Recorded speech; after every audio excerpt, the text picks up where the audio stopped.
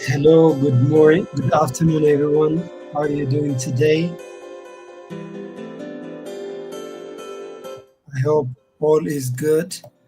Um, Welcome to the third day of this training. I hope you can hear me. I can see that close to 50 people are online. Let's start by revising what we've been learning yesterday, and then we'll start off the class. Okay, so let's go ahead and start revising what we've been learning yesterday for 5 minutes, and then we can proceed. Thank you, Mohammed, for confirming that you can hear me. Okay, what are the things that we've been learning yesterday? Maybe you can mention things like anything pretty much you've learned last class, but make sure that you clarify the concept, not just saying what it was, like the title of what we've learned, but describe it a bit.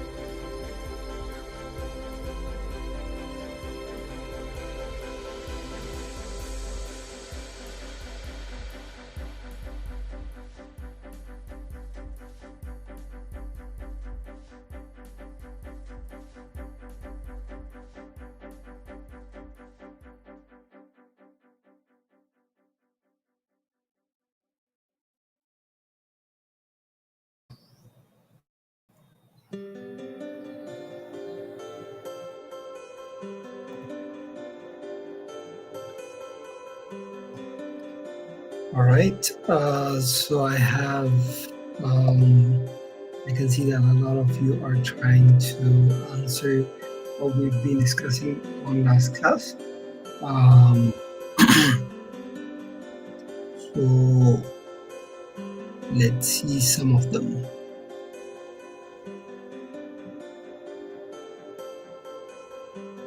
So Sion have mentioned we learned about image tag, which is used to insert image into our HTML file. We also learned about text formatting tags, which are used to adjust text, like making it bold, italic, and etc. Yeah, that's correct. And Dagam say we learned about OL, ordered list, which is written using numbers, and unordered list, which we can write using bullets. That's correct.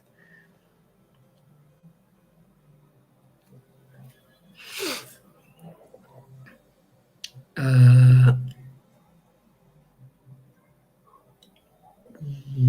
whereas inline elements do not use new lines but occur in the same line with the previous display objects.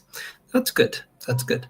So today we're going to proceed our class, and we're going to focus on the remaining sections on HTML. This is going to be day 2. So I suggest you create a folder that says day 2 for HTML, so which you're going to put all your code in that folder. So I'm going to do the same.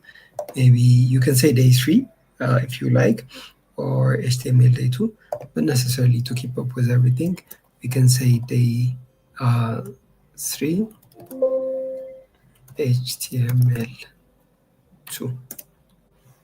Okay, so this is going to be the folder that we're going to use. So we're going to open up this folder in VS Code. So as usual, we go to File, Open Folder, and Desktop, Day 3 HTML2. This is going to be my folder. I don't want to save.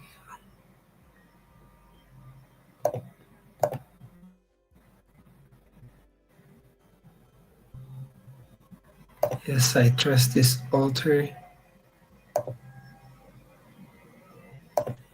So I want it to be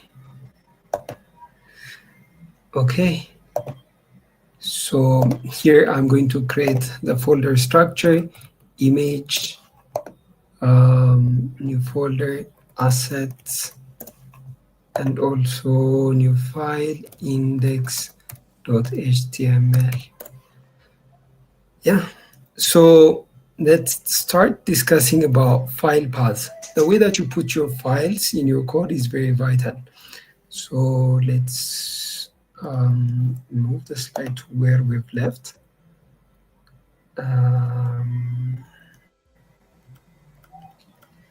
We saw everything here. Yeah, this is the place that we stopped.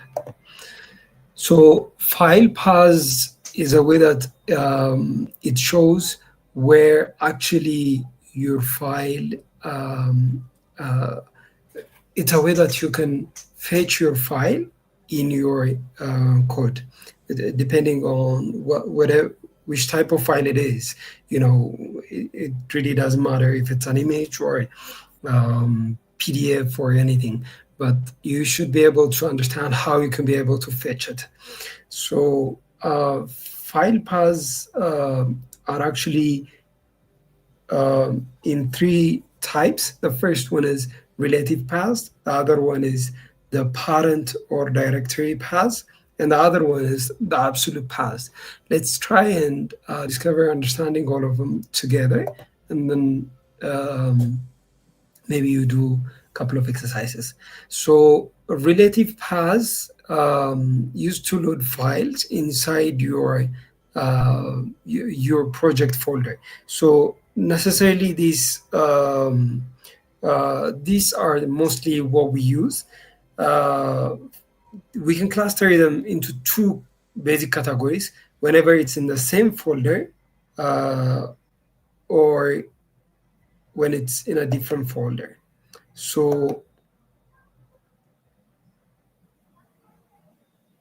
yeah, when it's in a different folder or inside a subfolder, which means, let's say, for example, style CSS and index HTML are in the same folder. And if you would like to put a link to your style sheet inside of your HTML, then all you have to do is put a link relationship is a style sheet, and you give it a hyperlink reference or href of style CSS. You don't have to go surfing for the file. That's pretty much very easy. But if it's inside a subfolder, which is the case, for example, look at this. Here, look, there's a project folder. Inside the project folder, we have index.html, and then we have image folder, which is inside a project folder. Inside of the image folder, we have photos. So the relative paths that you can find is a way like you have to say image slash then photos.jpg, photo.jpg. This is the way that you can find it. You have to put a slash to keep on finding it until the path gets to your file location. But also you can add a dot slash, which is as in shown here or here. This shows that it's actually in the same folder, but you're going to surf through the subfolder to find the file that you're looking for.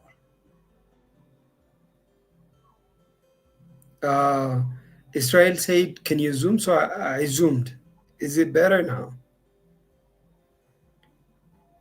I think some of the challenge are coming from your connections, I believe.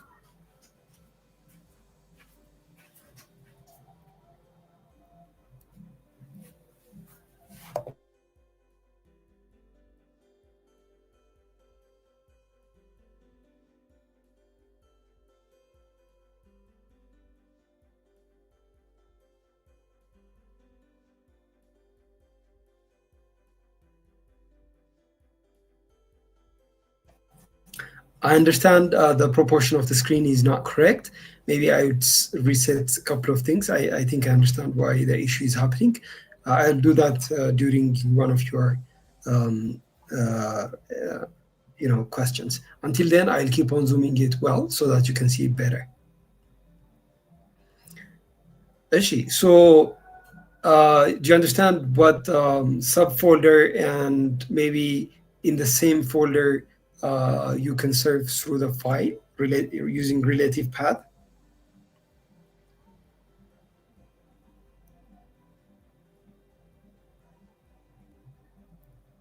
Okay, so let's continue. The other is a parent directory.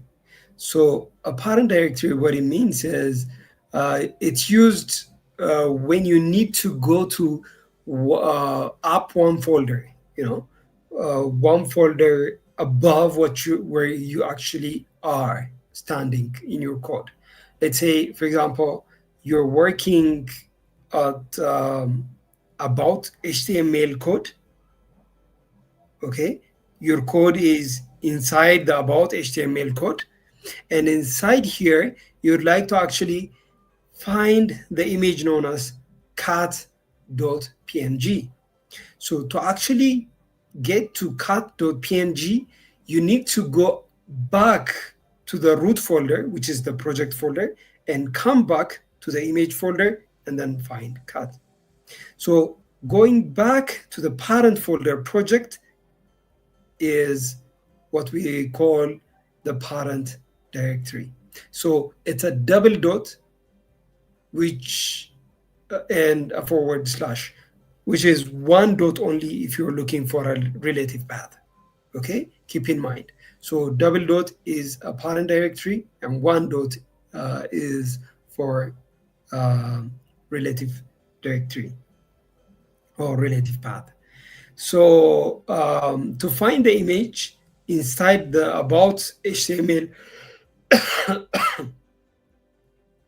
sorry, inside the HTML, inside the about HTML file, then what you do is you go to the parent directory as shown here, and then you go to image, and then you go cat.png.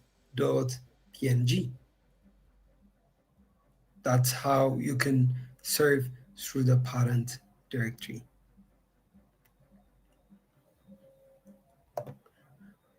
The other is absolute paths. We use actually absolute paths when we're referring to another website, or we have a styling sheet in a different location in a server. Then in that case, we use absolute paths, which is HTTPS or HTTP. And we have double dot, or I think it's a colon, and then we have double forward slash. Let's say, for example, you can see here example.com logo.png. You're looking for a logo from example.com. This is what we call an absolute path. So just to revise, we have three types of paths. The first one is the relative path, and if it's in the same folder, you just have to write the name of the file. If it's inside a subfolder, then you go diving in using the forward slash. And the final one is, the other one is the parent directory. In this case, if you would like to go one up, then you do double dot and a slash. And the final one is the absolute path, which is HTTPS or HTTP. Okay, as an example, let me show you how it's actually done.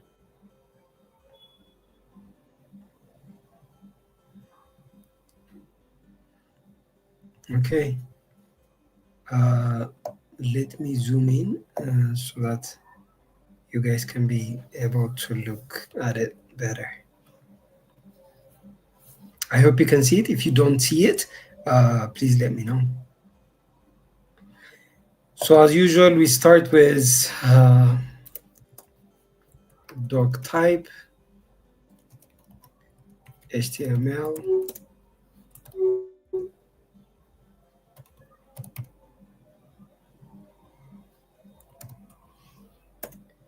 HTML. If you don't see it, you can always tell me, okay? But I believe you can see it now. So head,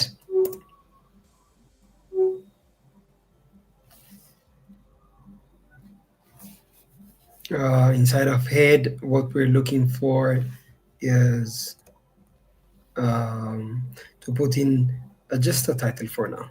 Title, it's going to be day 3, HTML 2, and body.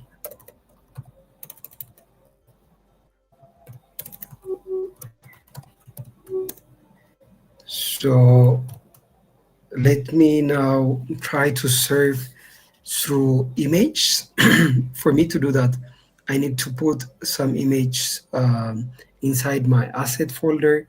Yeah, let me go ahead and put this image inside my asset folder. So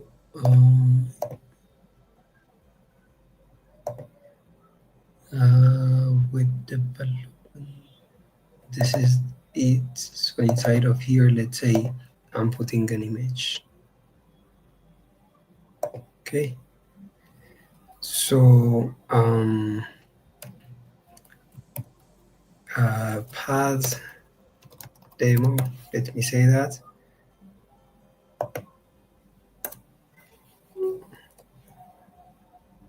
And inside of here, I can go ahead and write image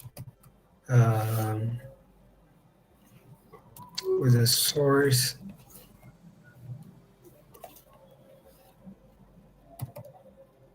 So I need to go to assets, and then I can write the name of the image. Then I can be able to actually fetch through the image. So it's actually the same if I actually had um,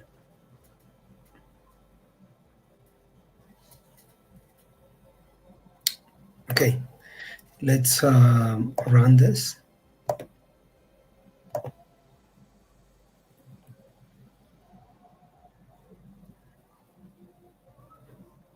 So it's not running in the correct place.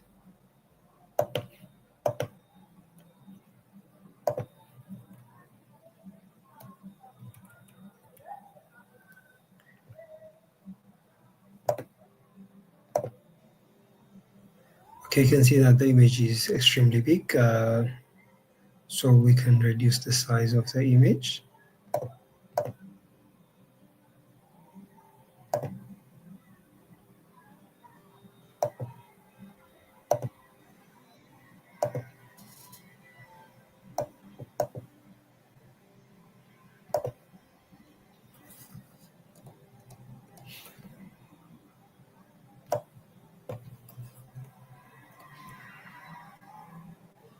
So inside of the image here, I can say width is equals to 100. So this is it for the demo. It's not something new that you haven't done. It's just to show you about the paths theory.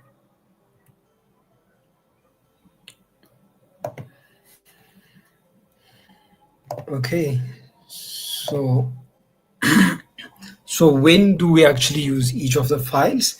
It really depends on what you're looking for, but necessarily relative paths, it's best for all file types inside your project. And we use parent when we're, this relative paths, it's mostly when you want to go into subfolders to subfolders and the like. While parent directory is mostly it's, let's say you have a multi-page project and then extremely nested folder structure, then it would be nice to use parent directory. We use absolute paths for external image or CSS files that are external to your actual folder or any external JavaScript. You'd get the know-how of it as you keep on working. Okay, so I don't want you to create the whole folder. This is 1 minute exercise. Let's say this is the folder structure. This is the folder structure. So I would like you to write HTML that loads the image on the index.html file.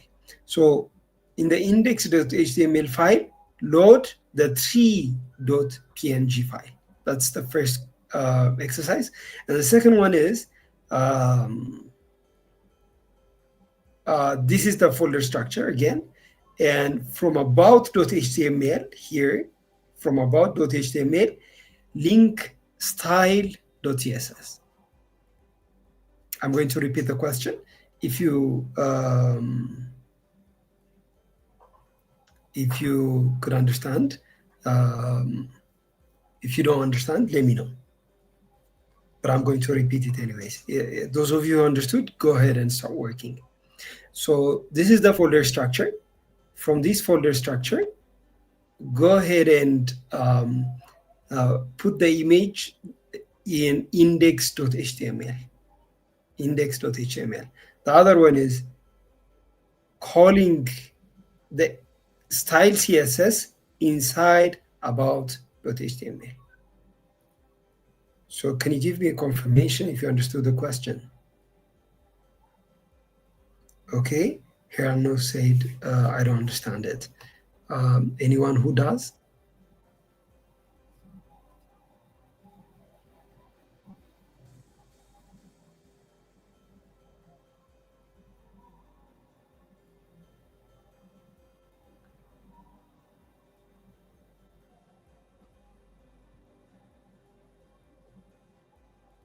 Okay. Most of you don't understand this. Okay. This is the folder structure for exercise 1.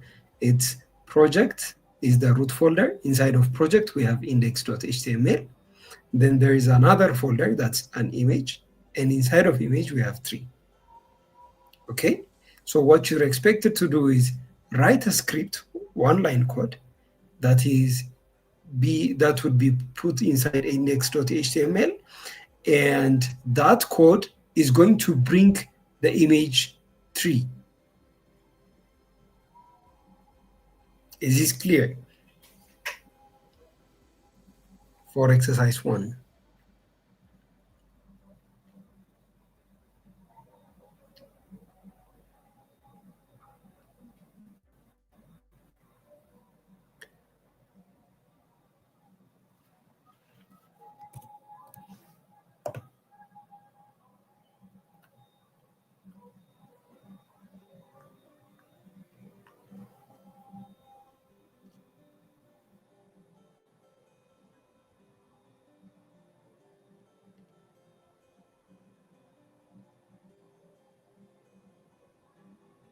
Did anyone get it? Did you get it now? Let me put someone else. So Mohammed Soko, you said still it's confusing. So let me try and explain this in a slower way. So this is projects root folder. Inside of it we have index.html. This is a file, and whenever you have / in front of the file name, that means that file is actually a folder. So inside of image, which is a folder, we have 3.png.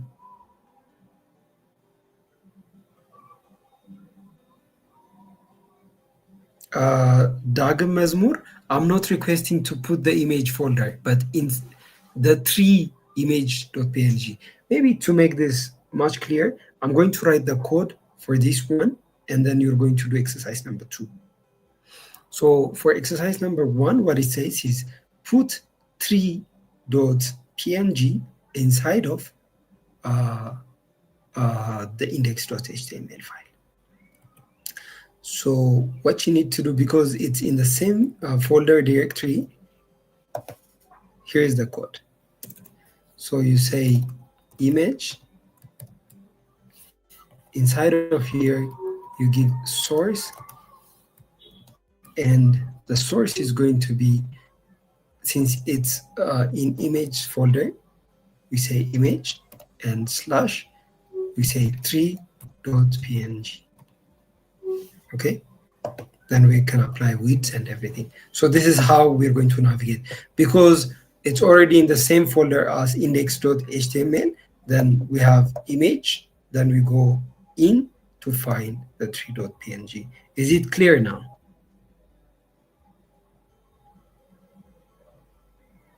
Is it clear now? Dagem Mazmur, is it clear?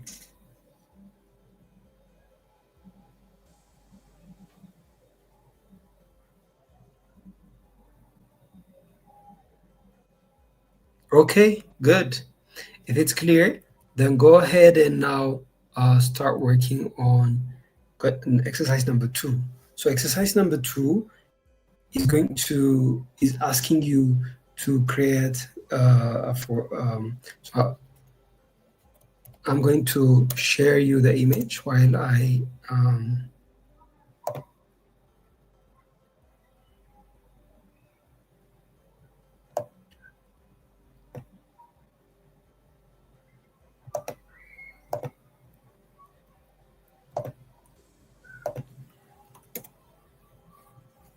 so I put the exercise inside of the group. Okay, so what it's requesting actually is exercise number 2 is inside, there is a root project folder, then we have style.css. Inside of the root project we have page, and inside of page we have about.html.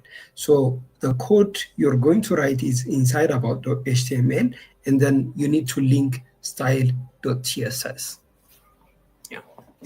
go ahead and do this and send it in the group. I have sent the question inside the group, the Telegram group.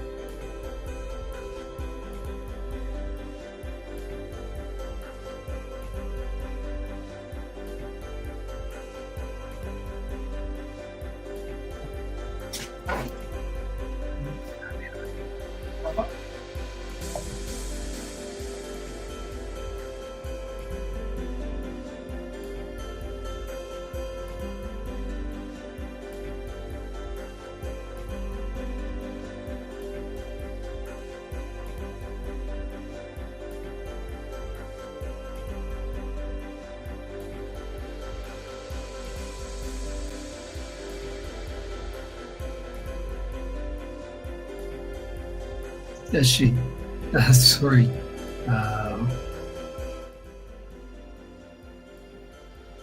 I think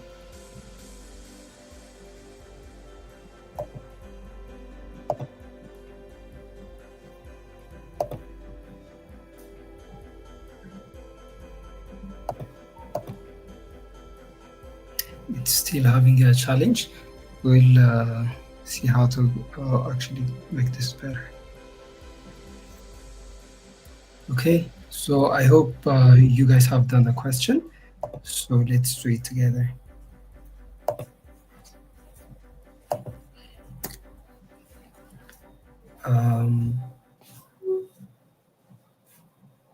So what you need to do is, I think,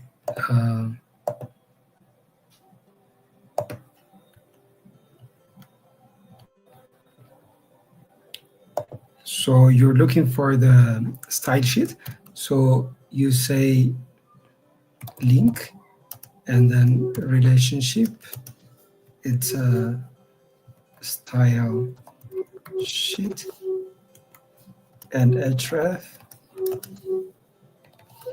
We actually have this in the root folder. It's better to go to the root folder and find it as style.css because it's in the root folder. That's much easier to navigate. So this is going to be the solution for this. Question number 1 and question number 2.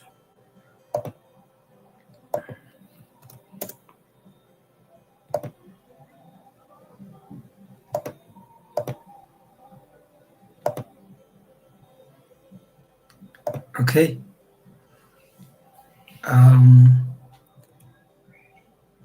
Let us proceed.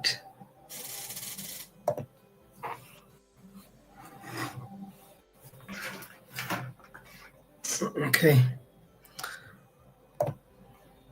So today we're also going to learn about semantics of HTML and some basic forms regarding HTML.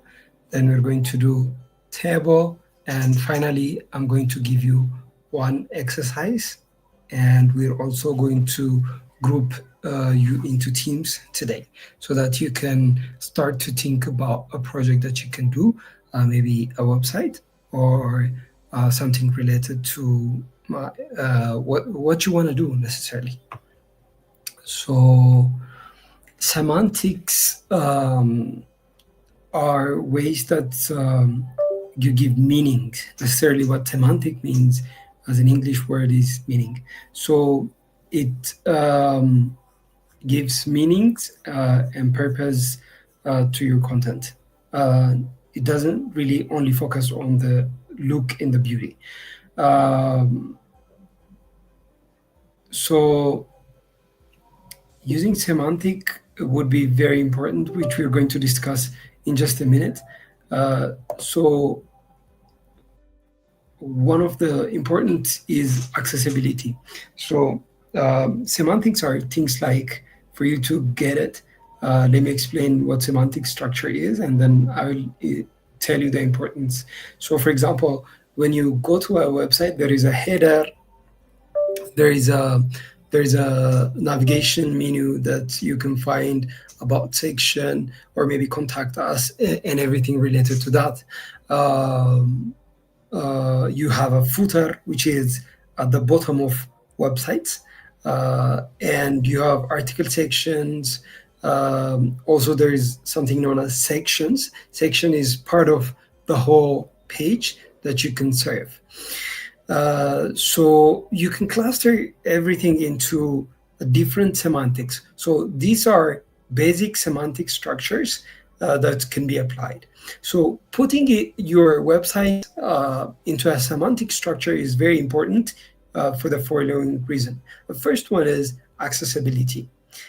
Accessibility means some people could be using your website in the sense that they are not actually able to see. They're visually impaired. In that case, if you do have semantically very appropriate website, then they can serve through your website. using tools that are very much visible. I mean audible. So I saw that Sion is saying it's not displaying for me. Is it displaying now? Can you please confirm? And the other importance is search engine optimization. So ultimately, we're building websites, we're building platforms so that it's much easier for people to serve, buy stuffs, or maybe sell stuffs, communicate, and everything. So, which brings to the concept of being searchable. If that website does not appear when it's being searched through one of the search engines, like the famous one, Google, if you search through, um, if you search for a certain website and you actually cannot access it, that's going to be very bad. So search engine optimization is actually done very swiftly through the semantics. So if you have semantically very valid website, which means it's going to be searchable and easily discoverable. And the other is clean structure. So having a clean structure is also something very vital when it comes to your website, so that anyone who would be resuming the project can easily maintain or upgrade the project. So these are the semantic structure. The first one is the header, which is the top section, which goes for the logo and everything. Maybe I'll show you through one website. The other one is the nav bar. So this is a navigation menu. The other is the main content of the page, where main content goes in. We have section. You can put sections, which means similar stuffs that are clustered together. So I'll show you how to use sections. And also articles that are independent pieces of posts, maybe blogs that are part of that page. And footer is a link, which couple of links that you put, and also some of contact information about the company that always is on the footer side of the website. So if I just go to one website,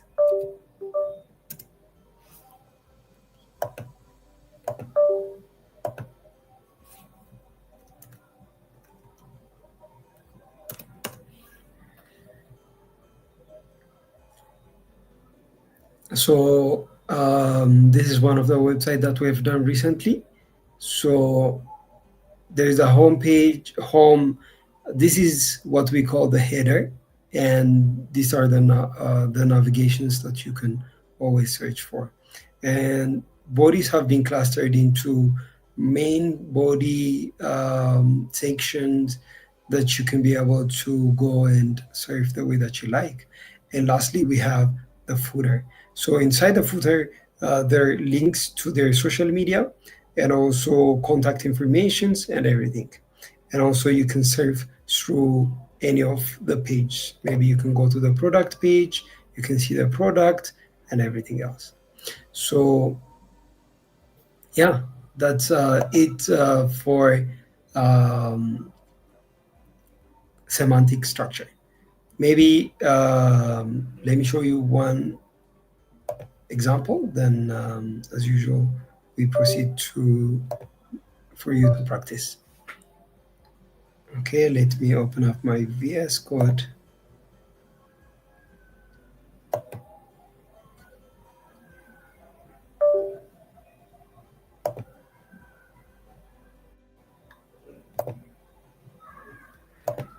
Okay, I don't need this. This is from a previous exercise. I'm going to also remove this because I don't need it now. Let's see. So what I'm going to do is start off with something like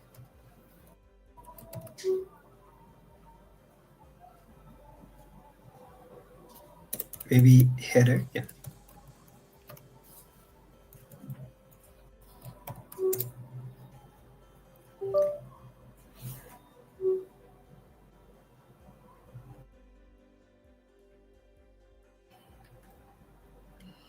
So for the header,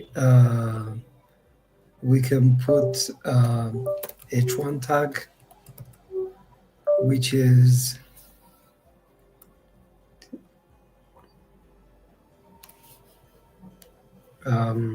we can say maybe tech news.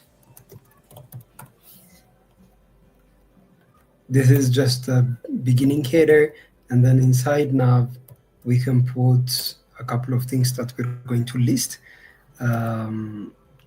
Like we can say href,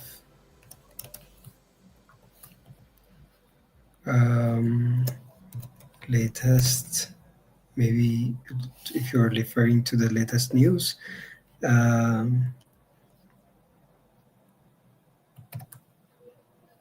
And we give it a title of latest and another href. This is equals to reviews. Let's say this is a blog site, okay?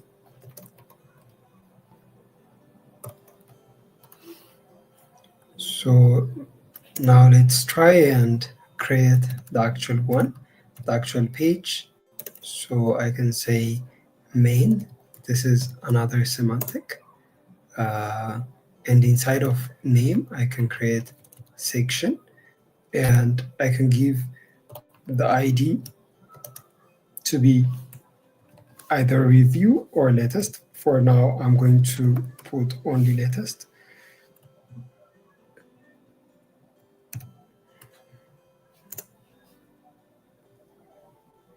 So I can write something very random, like say h2 latest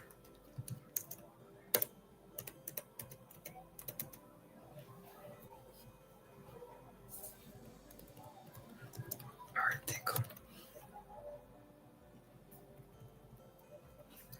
So this is the latest article, and we can go ahead and write article.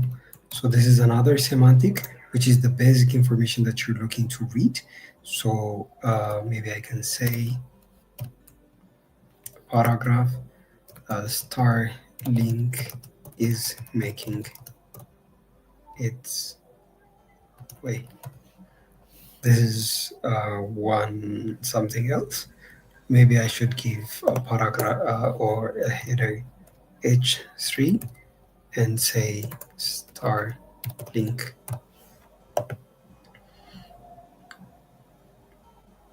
Okay, so this is the section.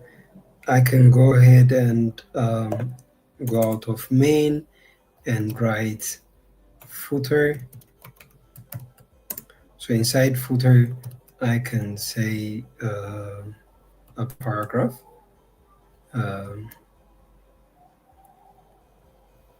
Maybe give a year that the website was done. Tech news.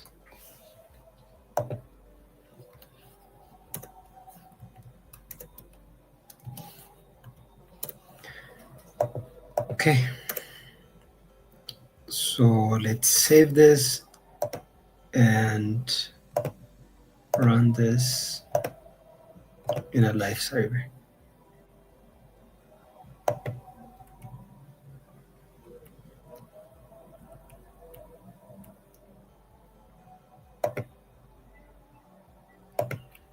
So you can see that it is put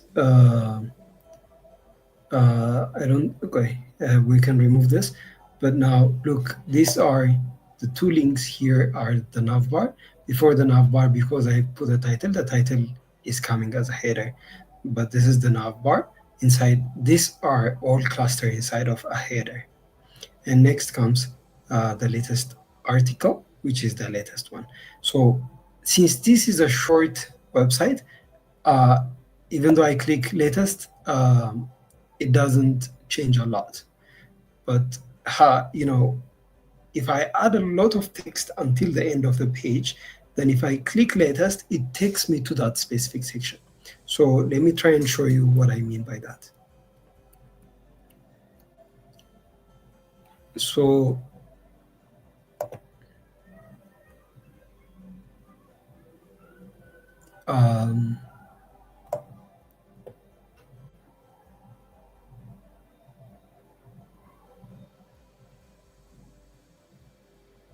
so before, the article, maybe I'm going to put a lot of paragraphs, lorem ipsum paragraphs.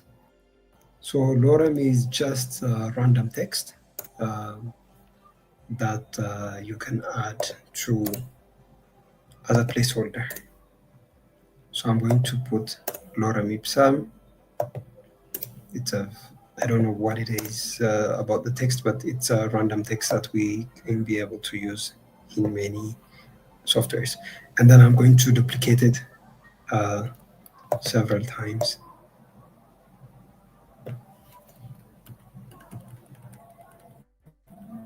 Okay, so I have written lorem ipsum several times. Let me now go to the website.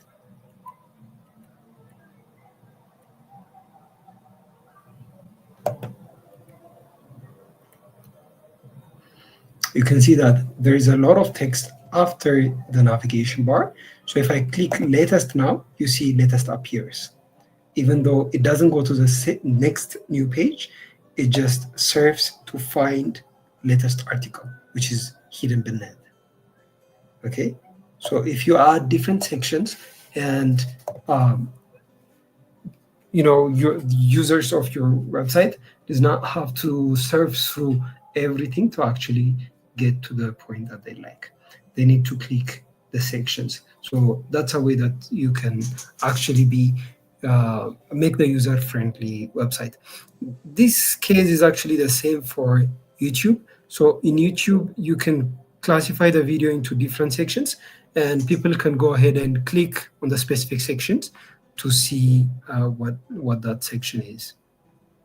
Yeah.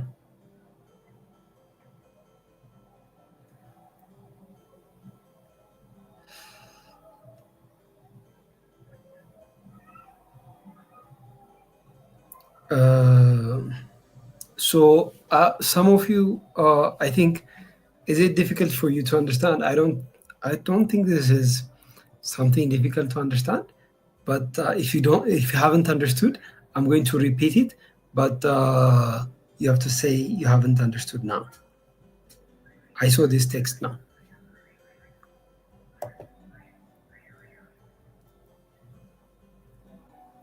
For example, tether, you said it's a bit hard to understand.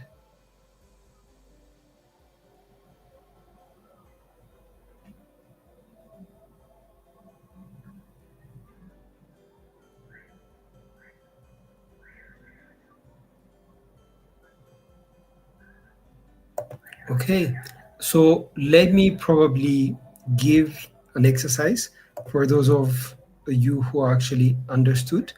So I'm going to post the exercise in the chat section. In the Telegram group. I believe everyone is inside the Telegram group.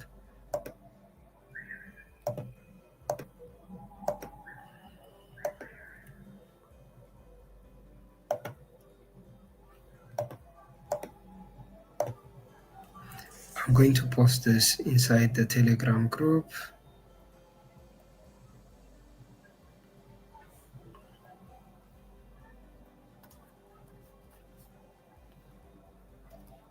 There you go.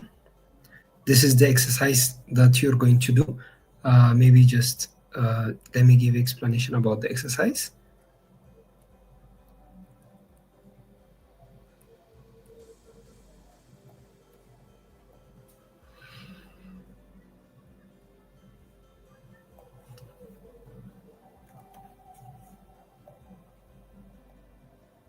So this is an exercise. I say it's a 3-minute challenge because it's a bit longer one.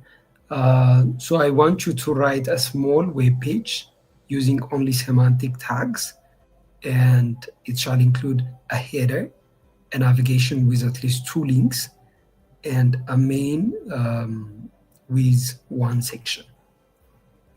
Inside the section, you can put 1 article, and I'm looking for a footer. Try your best not to use div, which is something that we've learned last time. Use semantic tags instead, okay? So div is a block type of tag that you can put blocks together.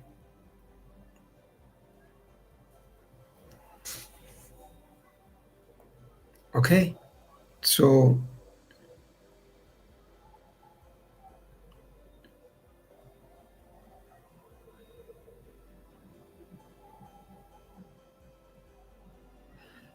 for some of you, it's hard. I'm going to explain it again, but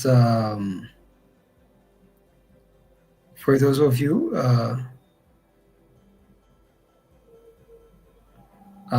so someone said, can you write the exercise? It's a bit difficult to write the exercise because I already sent the question, okay? You can read the question from the Telegram group. Okay, so let me explain again for those of you who haven't understood. So let me remove the lorem ipsum.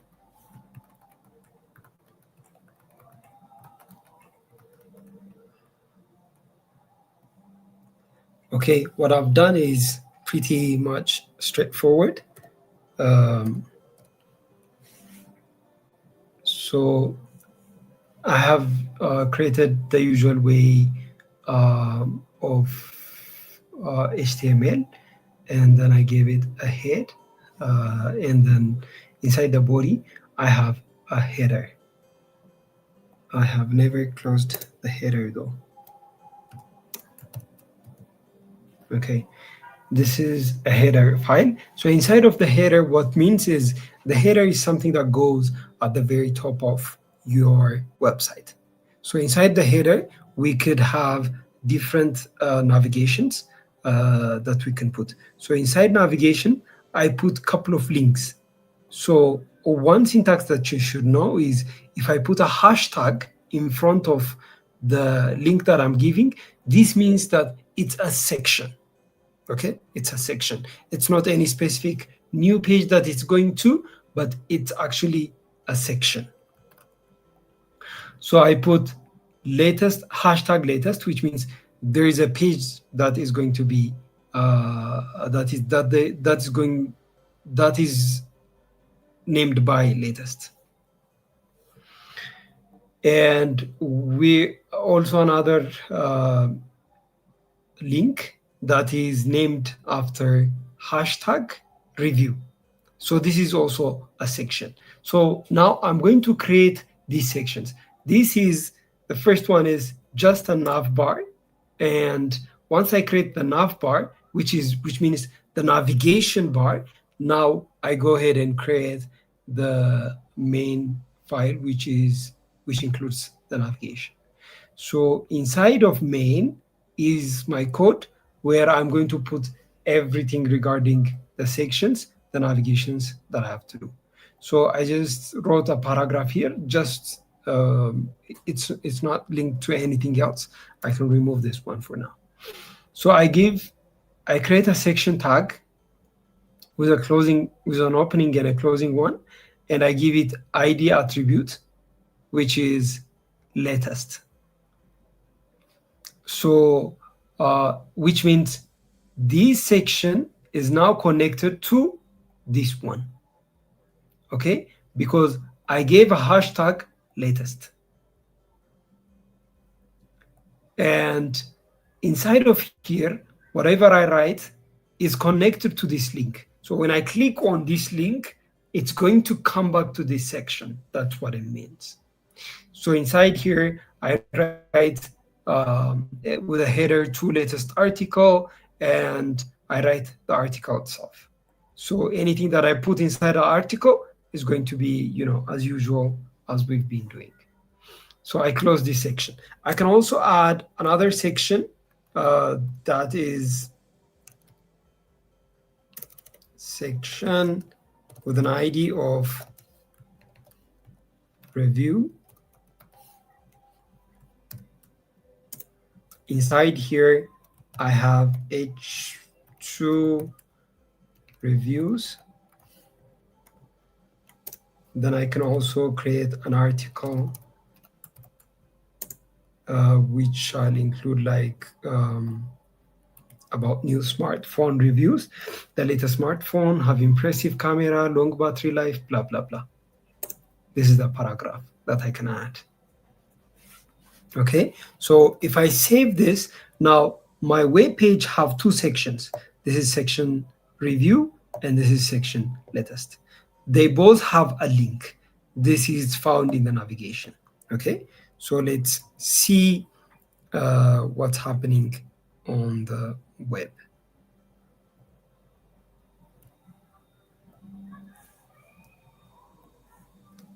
Look now. We have Tech News Daily, and then we have two things to click in the navigation, and there is a latest article, and we have review article. So these both articles have a couple of things that they have inside them to read. Okay, the first latest article is about Starlink. The other one is about new smartphone review, and the last one is the footer, which is the footer of the page. So you can go ahead and click latest to see about latest and review to see about review. Because this one is, if I zoom in, to cover up, let's say, the latest article. So if I click latest, then it shows everything related to the latest article. Yeah. So I believe you understand now. Those of you who have already understood, please go ahead and do the questions. I can see that some of you have already done it. Good. You have used a list. Someone have used a header, and inside here, that's the name is DNA. So inside here, they have used. Oops, I lost it. Yeah. So they've used home and about. That's good. Two sections. Jafak also have done this, but I don't see the header. The body, the footer, and everything, I couldn't see it.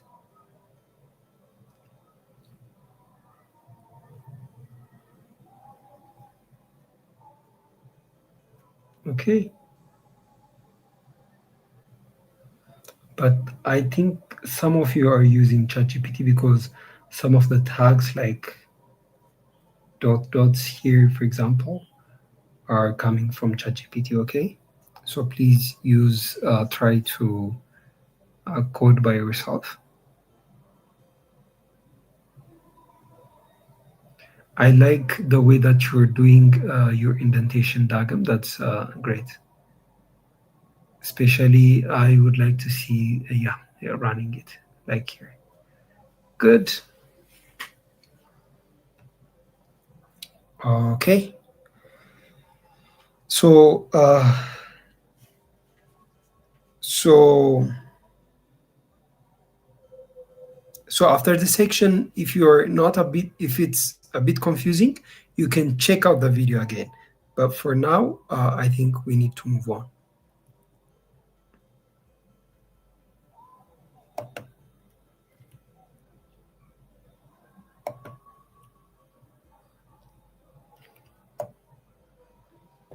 Okay.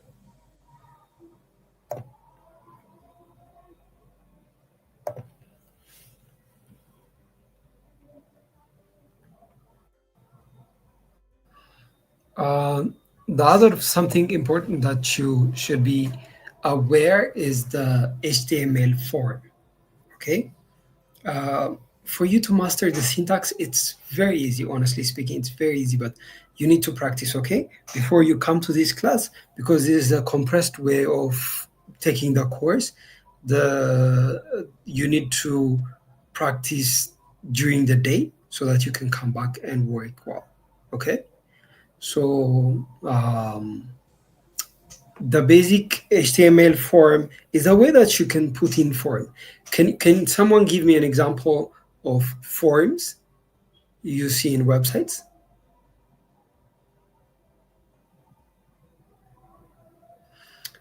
Delawit, you asked a question. I think this is important, so I'm going to answer.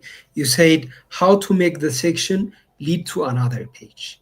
But necessarily, the concept of section is for you not to go to another page. If you are looking to go to another page, then you're actually using the link to that new page. Like in the href, you give the file path to that page. Okay, as we've learned about file paths, maybe using relative, absolute, or parent file path.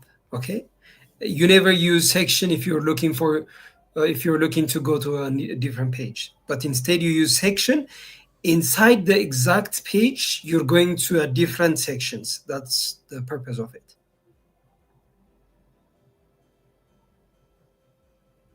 So the difference between nav and main, Tador, uh, it's not very identifiable to show you in this small project that I've done, but I showed you the website.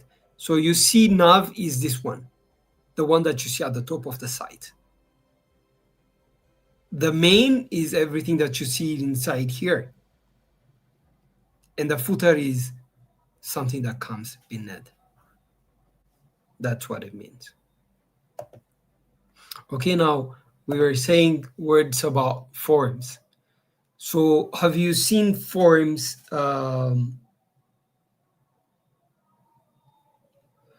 Have you seen forms in websites, and what do they actually look like? Scenarios that you've used forms.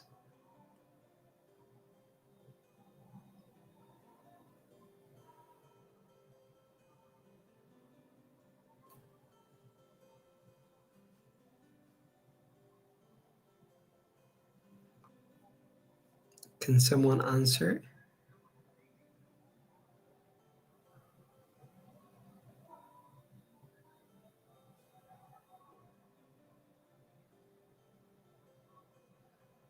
Exactly. Dagam Mazmur, the attendance form that you used, or maybe if you are registering to a new site, then there is a form that comes in.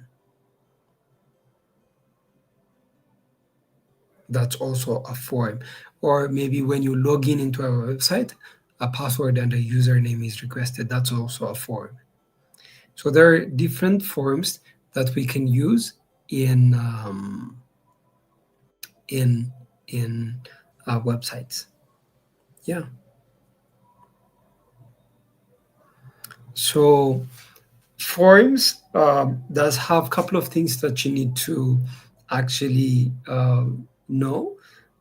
Something that you don't have to worry about for now is the backend part, like what happens when I send out the form, or if I would like to fetch a form. That's not something that we're going to discuss. It's something related to backend. It's quite easy, but to avoid complication, I'm not going to explain about those. But forms are something that you're going to use to pass information or collect information.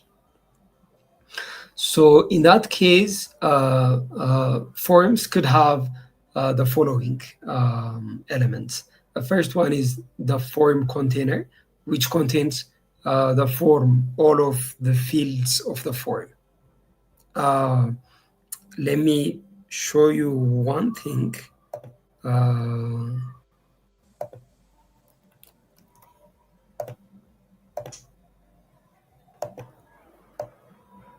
so this is going to be your homework for today. Okay, this is, for example, a form. I couldn't zoom, but I think you see it a bit. So it asks the first name. Maybe I can send it in the group. That's fine. Maybe Dave, can you send this form in the group? Dave would be sending out the form in the group.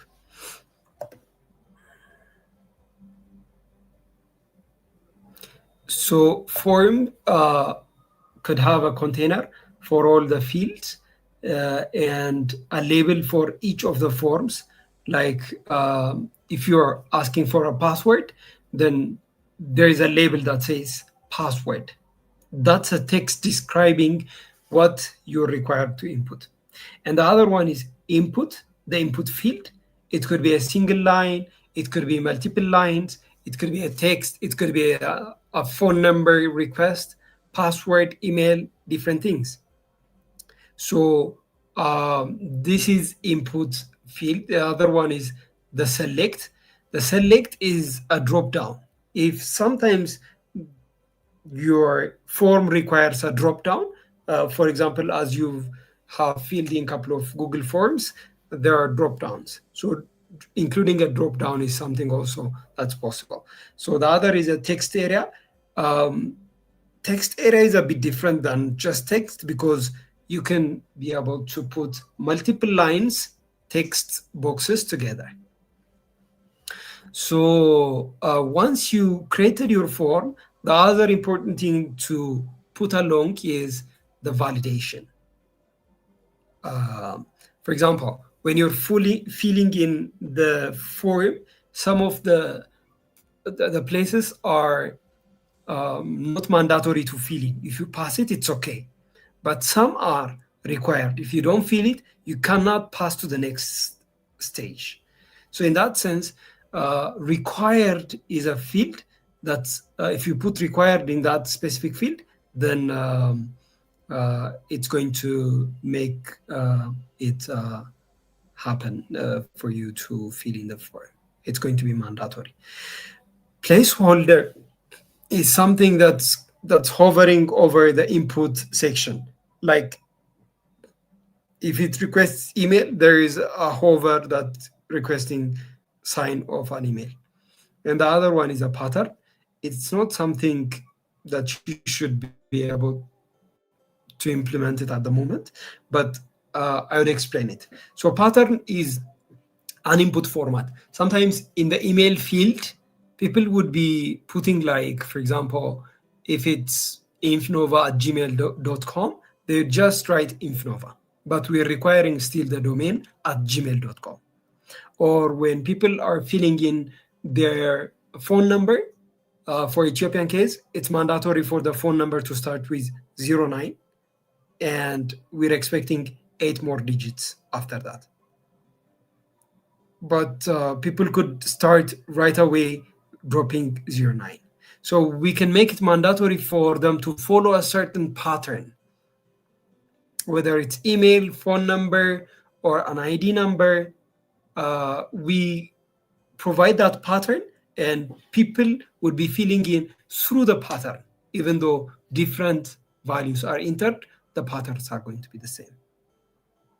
For example, for all Ethiopian phone numbers, we have they start with 09, and then there is two digits that's going to explain more of a cluster, like 0911, 0913, 0921, and the like. And the remaining 6 digits are going to be the specific number of that person.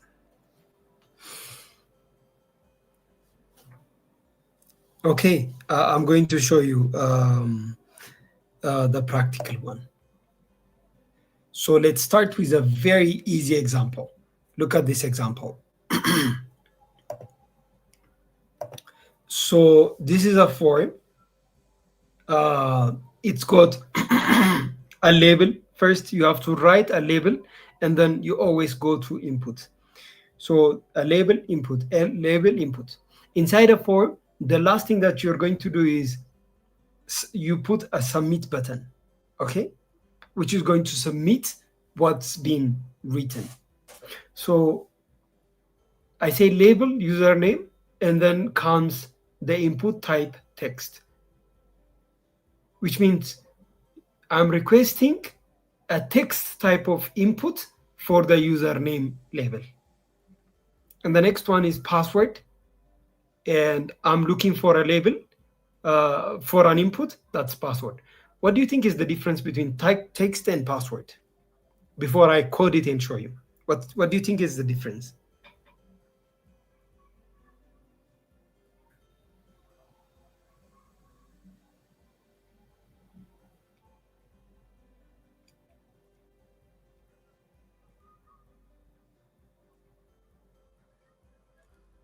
Okay, can someone else answer? What's the difference between text and a password?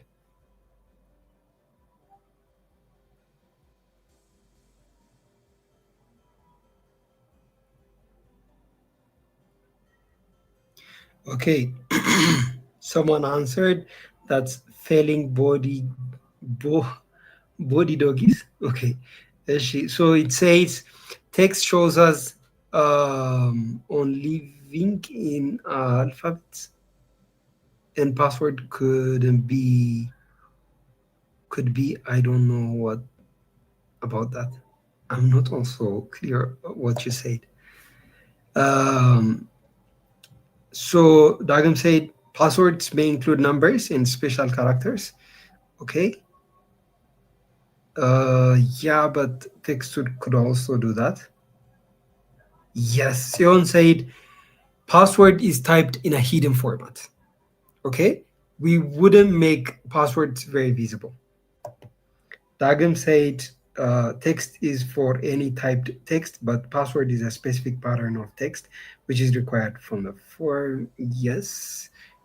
Jordanus also said password is hidden. Yeah, the basic difference is that actually for both cases you can be able to input everything else.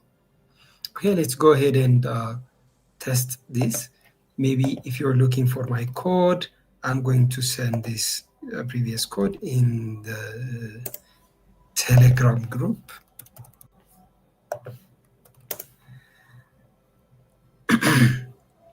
So I'm going to clean up my code here because I don't need this for now.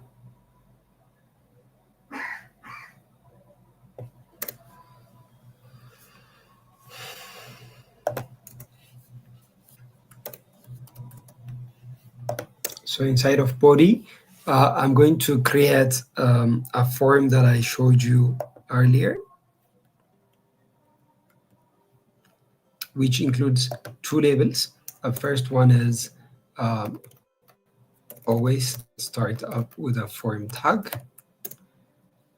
You know, one thing I should make you remember is in HTML, there are thousands and thousands of tags that you can serve. Even I'm going to show you at the end websites where you can find thousands of tags.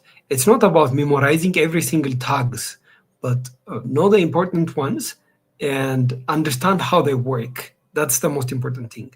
And then you can always refer, okay? So I'm going to give a label for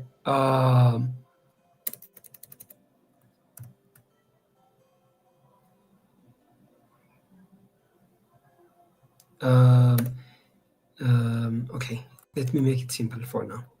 Username, and then input.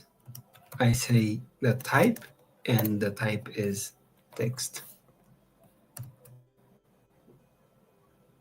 I'm going to also create another label that's password, input, type is equals to password.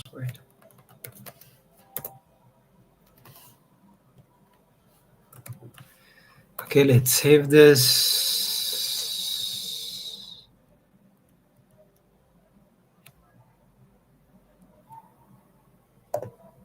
If we see here, if I put in the username, everything is visible.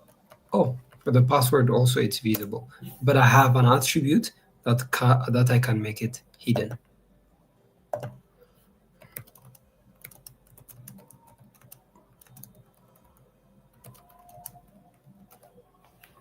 Okay. I think we let me do a bigger form and also include how show you how you can make your password hidden, which is this one is a bare form that I've done. Look, this is a bare form, just a username and a password. But what if you would like to add properties like different attributes for those passwords? So in that case, we're going to require, for example, the label. Inside the label, I can say here for user name, which is this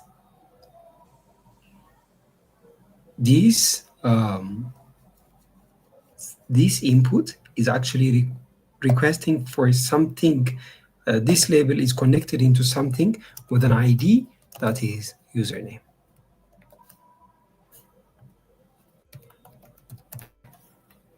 So I gave the input an ID with a type of text, and this ID, what it means is going to look for a label with a for username label. So this for username and the ID is going to match, which shows that the specific ID is for is going to connect with the label with the for username. Are you clear with this concept? I would like everyone to understand this concept before I proceed. So for username, what I'm doing is this label is actually for some input that has an ID of username. So this is a label, and this label is dedicated for the input with a username ID. So I put username ID. Okay, I think most of you do understand this. Good. So maybe for me to include a lot of attributes, let me change this into an email. Okay. If it's just a username, then I don't have many things that I have to add. And here also I'm going to say email. Okay. So if it's an email, then I have to change it into an email also, the type, because it's a bit different. Then I can keep on adding a couple of attributes. For it to be clear, I'm going to write it this way, type email, and I can put a placeholder. A placeholder is something that appears even though the user hasn't written anything. So I'm going to pick up one of our students and I'm going to make an email in that sense. I'm going to say dagem@gmail.com. But usually you don't put a name of a person. I don't think that's valid. So I say example@gmail.com. And also I can put let's say in this form I'm looking for the user's name, so I can say label for name, and I put the label, and here I say input type equals to text, uh, because a name is a text, and I give the ID because the ID I have already created for name, which I'm going to say name. And I can say required, which means it's mandatory for you to fill in this field. Also here, I can say required. So when you put one label, then another input follows.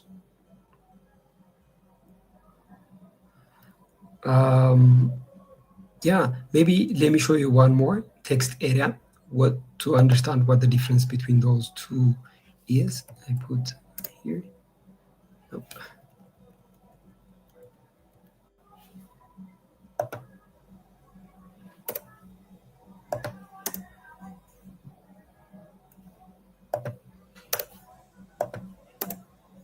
Okay. Let me go back for my indentation. I say label, and it's for, let's say, message, and I write message, and it's text area. That input is text area. If it's the input is text area, you just say text area, and I give the ID. You can specify the amount of rows.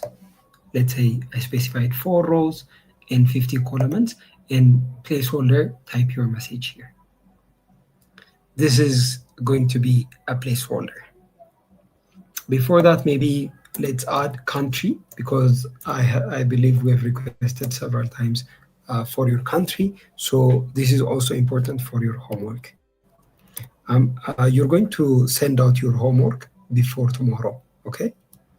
For this foreign label is for country.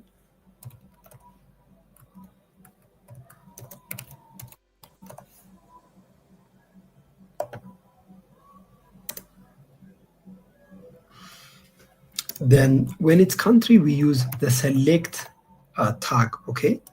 Inside the select tag, you can keep on adding options. So I say country. And inside of the select, as you remember, the ordered and unordered list, you always put in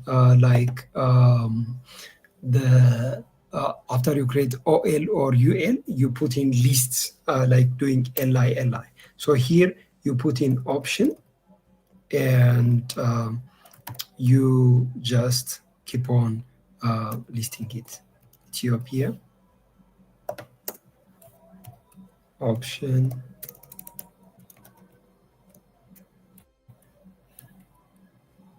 Kenya, option. I can also say Botswana.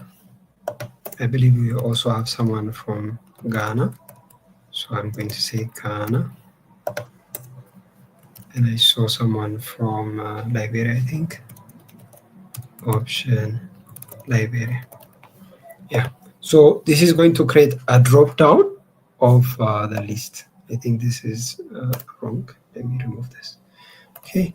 Let's save this and see what's happening on the website side of it.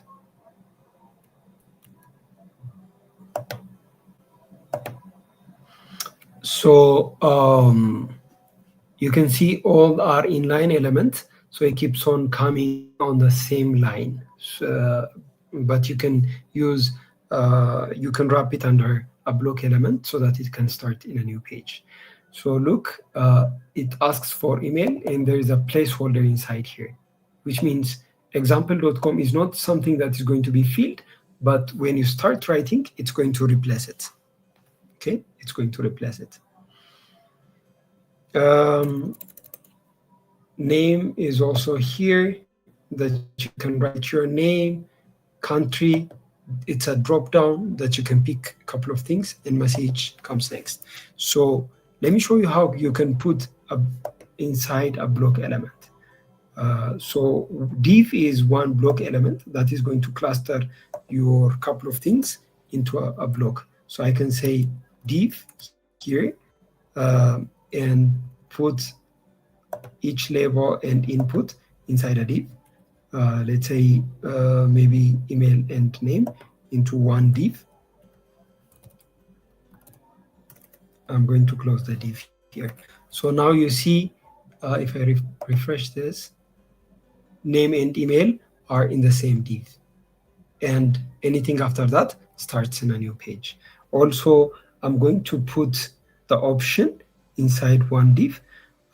You can also say break, like BR here, so that it gives a space between the two.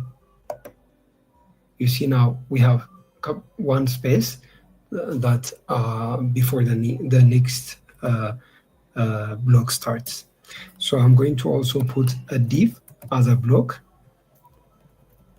for the next input until here.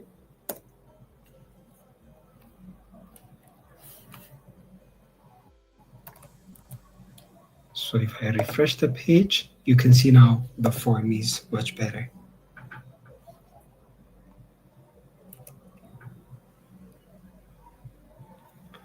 So yeah. Let me see if someone has a question before I add up some more, I think, one or two things.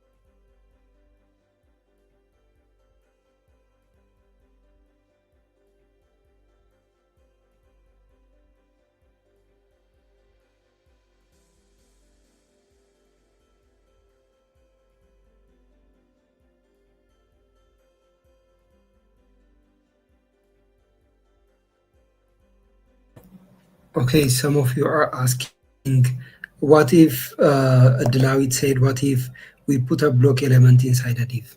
It's going to be a block inside a block. So I think, some of the things regarding website development, I really appreciate it if you can go ahead and test it. Okay, put a div inside a div. What's going to happen? It's going to be the same, but necessarily if you keep on adding inline elements, then what's going to happen? Do that. Do the code and see what happens. That way you can also remember what happens. But necessarily there is a lot of things that you can be doing. And the way that it's going to visualize is based on the browser or based off your CSS file if you created one.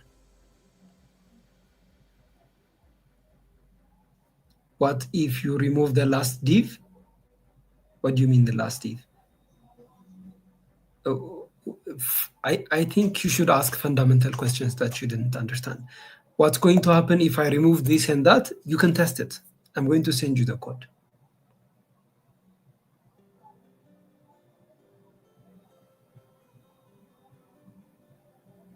Yeah, of course you can go ahead and test it. Maybe let me just finalize this form and then we can go ahead and test it. For the password field, it didn't work hiding it because you can see my spelling is not correct.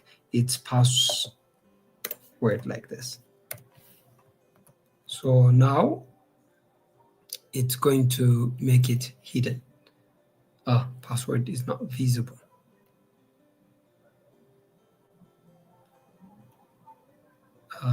There's something that I've done wrong.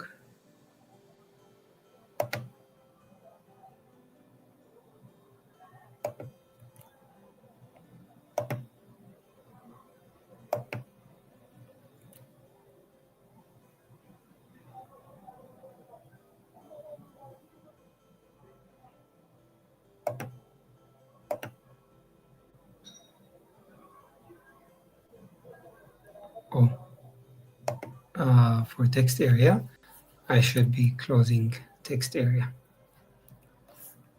That's the problem. And I can put a break for a new line.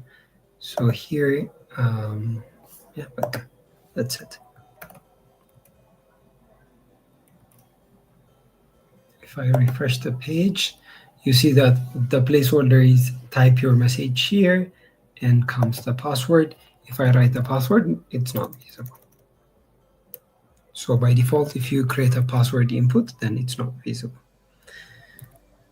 Just for you to also understand about phone numbers, like patterns that I said, I can create one label that's for phone.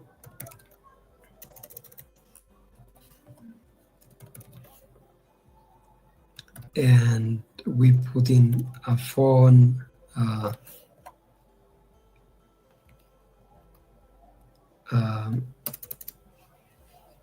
label, and then I say input. And instead of the usual one, I'm going to create a pattern. Okay, so it's a type. The type is text, but I'm going to give it a pattern. So ID is phone,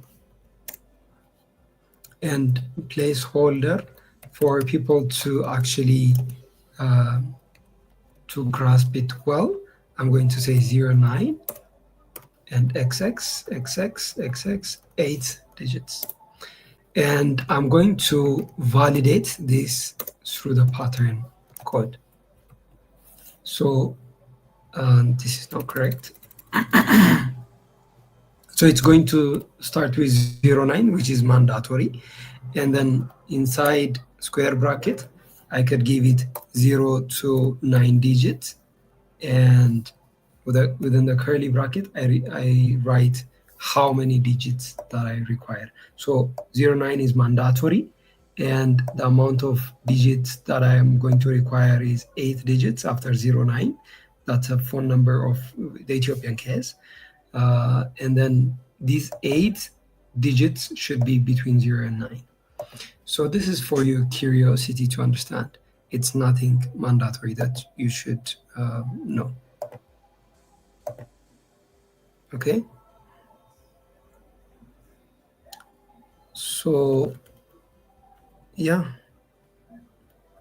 I think this is about forms, and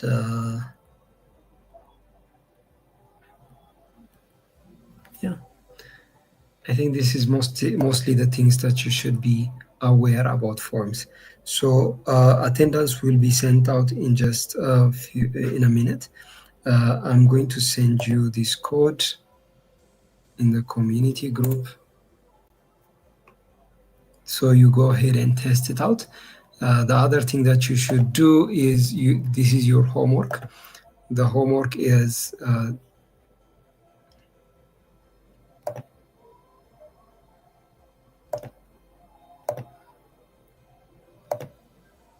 so this is, yeah, I'm going to send you this in the group. I think you can see it. So this is the form that you're going to create. There's only one thing that I haven't showed you. Beyond that, everything is very much visible. Actually, I think I created the web page, so I can just open it up and show you. And it's much better that way. So let me open up the page here. Okay, this is the form that you're going to create. This is going to be your homework. Okay, so first name, there's a placeholder John, and last name, there's a placeholder for that also. It says gender, male, female, or other. You can leave other if you like to. So this is a radio button. Radio button means you can only select one of it. You cannot select more than one. So this is the only thing that I haven't showed you, how to add a radio button. It's very easy. Go ahead and study. So the other is email. So it's mandatory to follow the email standard, and then goes the password. And then the other important thing is birthday. Birthday. How would you be able to add birthday? So there's options that goes from January to December, and days that goes from 1 to 30. I made a mistake, maybe. No, I didn't. So that goes between 1 till 31. And a year, maybe 2015 to couple of years. This is so much redundant. I mean, there is a lot of coding that you're going to do. Nothing difficult, but a lot of coding. Then you're going to grasp it very well. At least a decade of options. That put a decade of an option.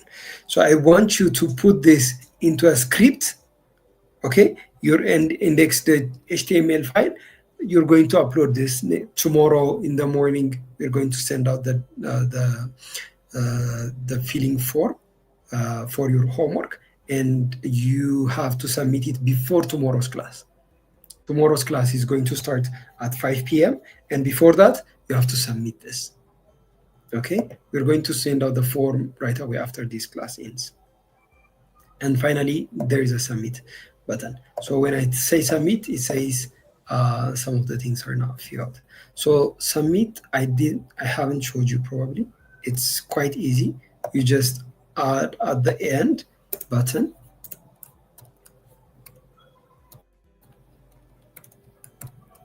and you say submit inside the form. So this is going to make the submit button appear. If you see here,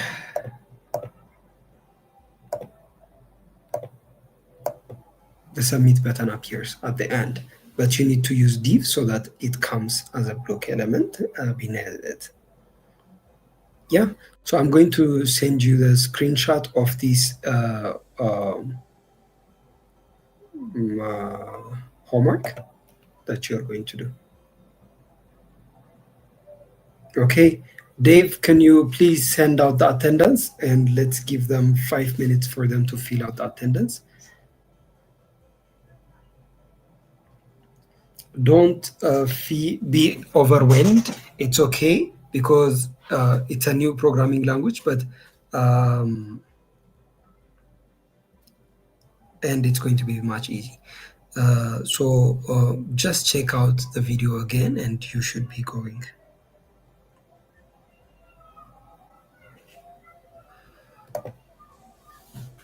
Okay, I'm going to start to answer your questions. Before that, before I forget, let me upload the...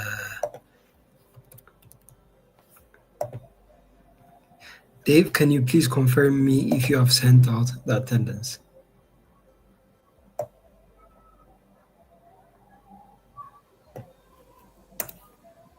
Dave, can you confirm me in the chat section if you have sent the attendance? Until then, I'm going to keep on answering some of your questions.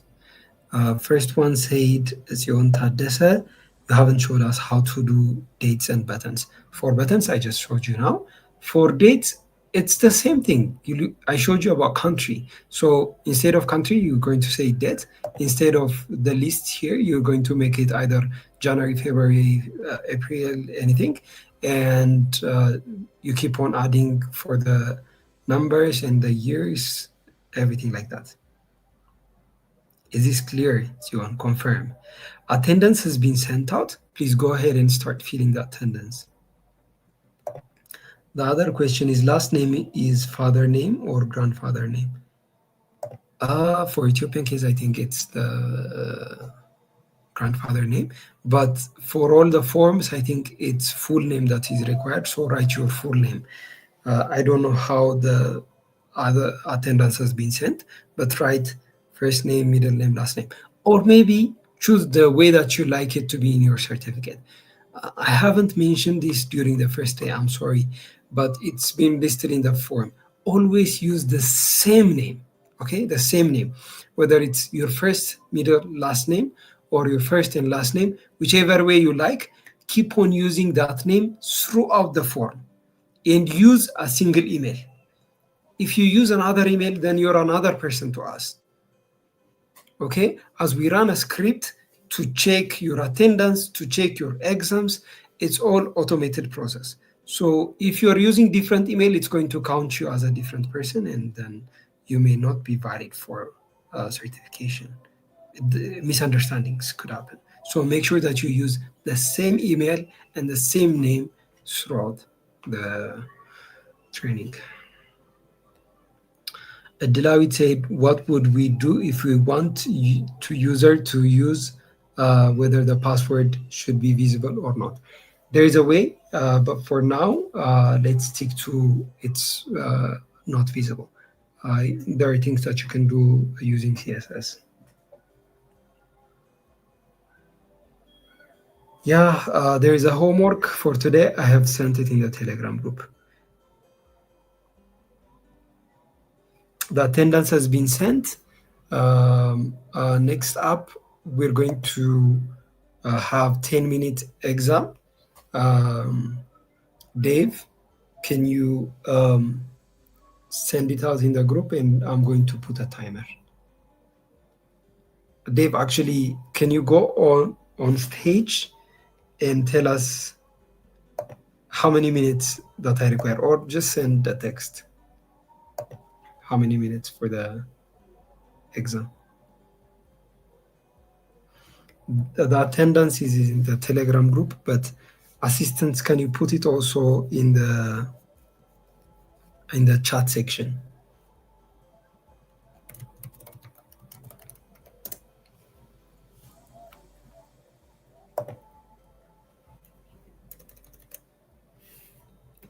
Dave, I'm waiting for you. How many minutes? 20 minutes. Oh boy. So 20 minutes. Today is not an easy exam. Don't worry, okay? Just keep on working the exam. What matters is really what you understand. Okay, Dave, send the exam in the Telegram group, also in the chat section. So the attendance for day 3, I've also put it in the chat section, so you can find it from the chat section in the YouTube channel. Dave, let me know if you have sent the exam. I think Dave haven't sent the exam yet. So Dave, please, the exam.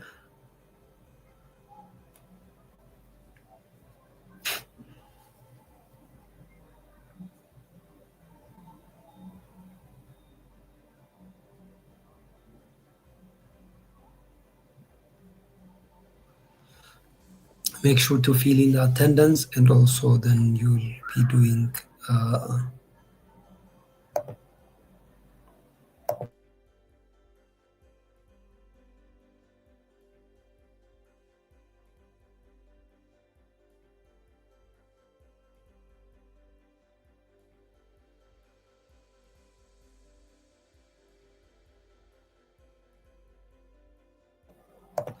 so Dave have sent the exam. It's pinned in the group. Also, I'm going to copy this in the chat section so that you can be able to do it, to start doing it. Let me post it in the chat section. Yes. You can check it out from your YouTube channel, and the timer starts. After 20 minutes, we're going to close the exam. So start working. Good luck.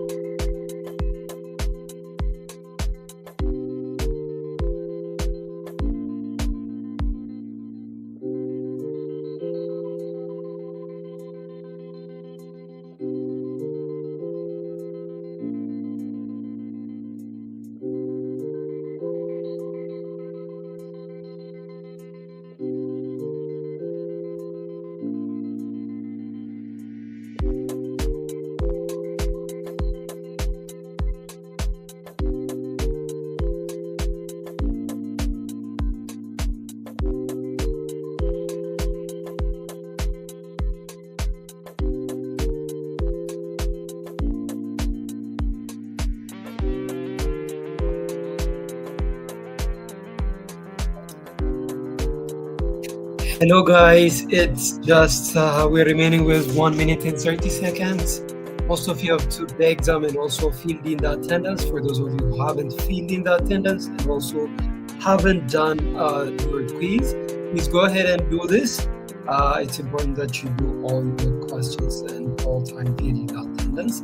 Beyond that, it went well. And make sure to do your homework. We're going to send out a form for you to put in your form to upload your index.html file for your homework. So make sure that you do your homework. Yeah, that's it for today. Have a good evening. And before you come for tomorrow's class, make sure to revise some of the concepts that we've been learning today. Okay? Have a good night. See you tomorrow. Au revoir.